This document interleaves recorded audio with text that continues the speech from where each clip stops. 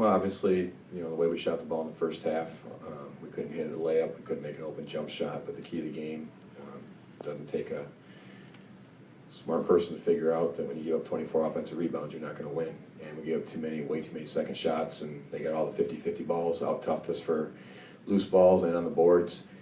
Cut the lead to 6 with 1:57 to go, gave up an offensive rebound to go back up 8, turned it over to go down 10, fouled again, missed a free throw, didn't get a block out on that to go back up 12, went from 6 to 12 like that. And when you don't rebound, you don't get the 50-50 balls, you're not going to win games. And we've got to be a good defensive team for 2 halves. We can't, I think the stats are a little misleading when they shoot 41% from the floor, but when you go to the foul line 40 times, you go 24 offensive rebounds, you're not going to win.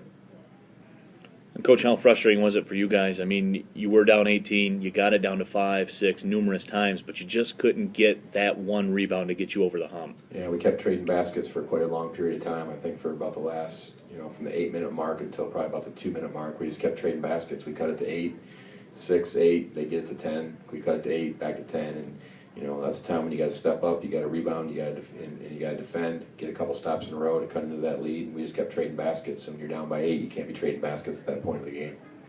Coach, you take a look at the schedule now at Cleveland State, at Youngstown State. They're the top in the Horizon League.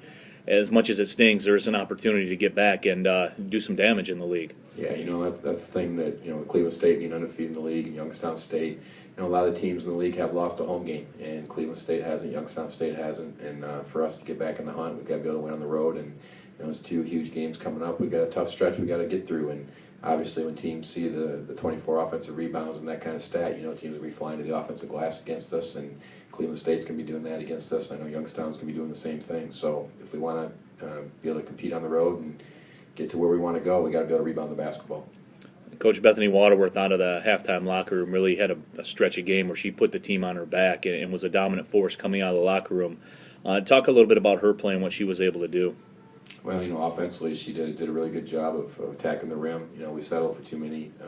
I shouldn't say settled. We had great looks, we just didn't make them. But the second half we started attacking, going to the basket more. But Bethany's a player at her position. She's got to get more than 4 rebounds. If we're going to win a game, she can't have 21 points and 4 rebounds. And she had a great game on the offensive end, but we need her to guard. We need her to rebound as well if we're going to win games. Coach, Lena Popke hit at 3 to end the first half. You guys were able to cut that lead to 9, a lead that was stretched to 18 at one point. But the team, the momentum and the aggression and the offense was more efficient. Can you just touch on what your halftime message was for the team? Basically, just told them we need to make shots. I told them that we're a team that we're not going to go 2 halves in a row where we don't shoot the ball like that.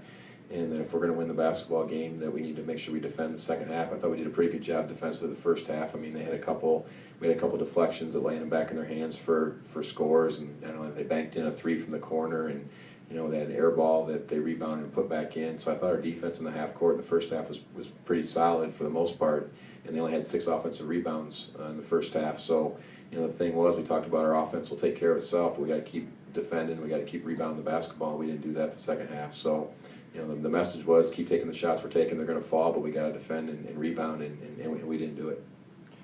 First 10 minutes of the first half, you started 3 for 19. It kind of put you guys in a hole. The score at that point was 22-7. Was that from a lack of execution? No, I thought our execution was fine. I just thought we missed point-blank shots. We had many layups that we missed. We had shooters missing wide-open shots that we normally make. We had the right people taking the right shots. They just weren't falling. And I told the team after the game to have against an athletic team like UIC that traps and does multiple things, to have 10 turnovers, 14 assists, and we had 17 offensive rebounds ourselves. That should put you in a position. We only shot 32% from the floor, but that should put you in a position to be able to win a basketball game if you guard. And we just didn't play the defense we're capable of. And again, it goes back to rebounding. You can't give up 24 offensive rebounds to win a game. Second half, as I said, the momentum seemed to change a little bit in the beginning. Your bench outscored UIC 21-2 with 16 coming from Kim B. Can you just talk a little bit about your bench? Yeah, Kim, she's a real spark off the bench. That's a big reason why we bring her off the bench. I mean, she puts up starter numbers, starter minutes, but she's a real key that we can put in the game and kind of take us to another level. And we started finding her the ball, or finding the chance to get her the ball down low a lot more in the second half. She was willing to attack and willing to get to the foul line, and she was real aggressive. But the same thing with her. I didn't think she defended or rebounded the way she's capable either. I mean, Kim normally is I know she had 16 points and 8 rebounds tonight, but, we need her in a game like this to get 12 to 14 rebounds and do a better job defensively. But she's definitely a spark plug off the bench. She brings a lot of energy. She plays hard, and, we just got to get that consistency on the defensive end out of her as well. All right, thanks for the time, Coach. Thank you.